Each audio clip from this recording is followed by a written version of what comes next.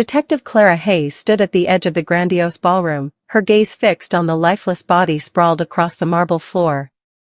The tension in the air was palpable, thick with the weight of the moment. The room was filled with high-profile political figures, journalists, and campaign staff, all murmuring in disbelief, their eyes darting nervously from the body to one another. The victim was none other than Senator Richard Trent, one of the most powerful men in the state, and he had been found dead just hours before his highly anticipated speech at a major election rally. Clara had seen death before, but this was different.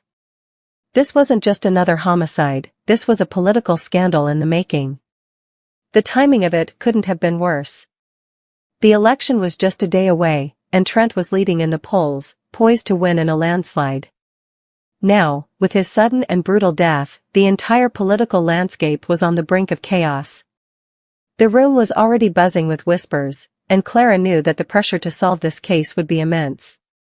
The media would be relentless, and political factions eager to capitalize on the senator's death would not hesitate to point fingers. The weight of the responsibility settled heavily on Clara's shoulders as she stepped forward, her mind racing with the implications of what had just transpired. The first thing Clara noticed as she approached the body was the calmness of the scene. Trent's lifeless form lay in the center of the room, his face still and peaceful, almost as if he had simply collapsed.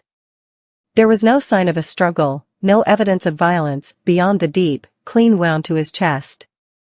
A single bullet had done the job, and from the trajectory of the wound, it was clear that the shot had been fired from close range. But what troubled Clara more was the absence of any apparent motive. A prominent political figure like Trent would have enemies, but there was no sign of forced entry, no indication of a robbery, no ransom note, no clear target. As the forensic team began to process the scene, Clara's mind began to turn. She knew that the answers wouldn't be simple, and with so many potential suspects, from campaign rivals to disgruntled staffers to political opponents, she needed to take a methodical approach. But the clock was ticking. The media was already circling, waiting for answers, and the pressure from her superiors to get results was mounting. Detective Hayes, a voice called from behind her, and Clara turned to find her partner, Detective Alex Rivera, stepping into the room. His face was grim, his eyes betraying the weight of the situation. "I just got off the phone with the chief. He wants us to handle this with care. We're not just investigating a murder, we're investigating a political assassination." Clara nodded. She had anticipated as much. "I know. We need to tread carefully. This is going to get messy." Alex raised an eyebrow. "Messy? This is already a political minefield. Everyone's got their hands in the pot." Clara turned back to the body, her mind churning with the possibilities. The political game was already in motion, and they were caught right in the middle of it. There was no telling who could be trusted, who was hiding their true motives, and who might be willing to use Trent's death to further their own agenda. She needed to stay focused on the facts, but it was becoming clear that this investigation wasn't just about finding the killer. It was about navigating a web of lies, manipulation, and power that extended far beyond the crime scene. The first lead came quickly, a witness who had seen a shadowy figure leaving the building just moments before Trent was discovered. The witness, a janitor who had been cleaning in the hall, described the figure as tall, dressed in black, and moving swiftly toward the exit. But when Clara pressed for more details, the janitor became hesitant, his story shifting with every question. It was a dead end, and Clara knew it. As she continued to investigate, Clara discovered that Trent had been a man of many secrets.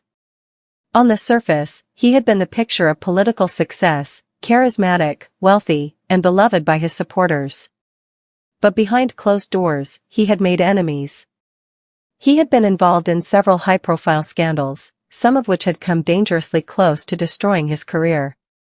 Clara's investigation revealed that just days before his death, Trent had been embroiled in a tense negotiation with a rival senator, a man named Victor Daniels, who had made no secret of his desire to see Trent fall from power.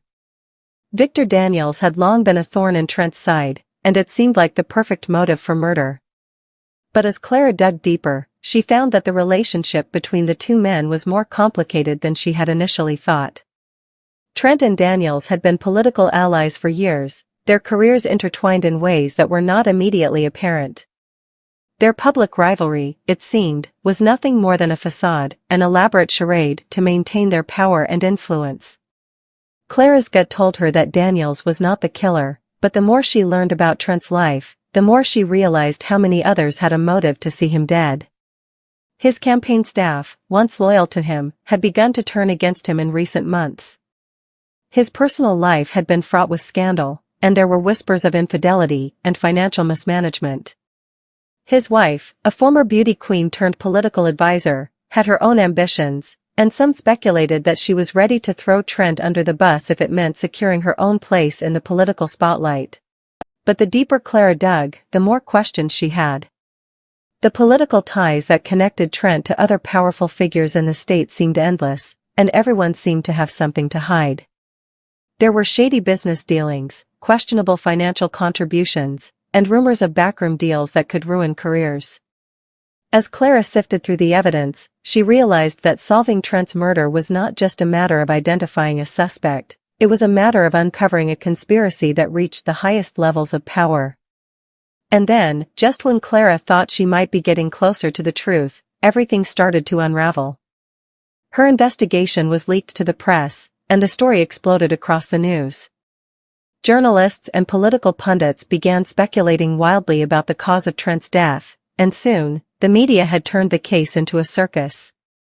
Politicians on both sides of the aisle began making their own accusations, using Trent's death as a pawn in their own agendas. Clara found herself fighting not just for the truth, but for control of the narrative. Pressure from all sides intensified. Her superiors demanded quick results, but they also began meddling in the investigation, attempting to influence her decisions in order to protect their own interests. Clara was forced to make difficult choices that put her own career, and even her safety, on the line. She was caught between the need to follow the evidence and the need to protect herself from the political forces trying to control the case. It became clear that someone in the higher echelons of power was determined to stop her from uncovering the truth. Clara received threatening phone calls, her car was vandalized, and she was followed wherever she went. The more she pushed forward, the more she realized that Trent's murder was just the tip of the iceberg. The conspiracy went deeper than she had imagined, and the people involved were willing to do anything to keep their secrets buried. With the election looming, Clara knew that time was running out. The pressure to close the case was unbearable, and she was no closer to finding the killer. But she refused to back down. She knew that Trent's death was not just a personal tragedy, it was a political statement, one that threatened to shake the foundations of the entire state government. The breakthrough came when Clara uncovered a hidden set of documents in Trent's personal files. The papers detailed a secret deal between Trent and a powerful business magnate, a deal that involved millions of dollars in campaign contributions in exchange for favorable legislation. It was a deal that could have ruined Trent's career, and if anyone found out, it would have destroyed his chances of winning the election. But what Clara didn't expect was the name at the bottom of the documents, Victor Daniels, the rival senator who had been so eager to see Trent fall. Clara's heart raced as she pieced together the final details. The murder was not just about power, it was about greed. Trent had been killed because he had crossed the wrong people who had far more to lose than a political election. The killer had used Trent's death as a way to protect their own interests, and the people involved in the conspiracy were far more dangerous than she had ever realized. In the end, Clara was able to expose the truth. Victor Daniels, in a desperate attempt to eliminate his competition, had orchestrated the murder, using others to do the dirty work. But the victory came at a cost. The investigation had taken its toll on Clara, her career, her relationships, and even her safety had been jeopardized. But she had done what she set out to do. She had uncovered the truth, and she had exposed the people responsible for Trent's death. As the dust settled, Clara stood outside the courthouse, watching the sun dip below the horizon. The election had come and gone, and the political landscape had been forever altered. But for Clara, the price of justice had been steep. The game had been played, and she had been a pawn in it. But in the end, the truth had won.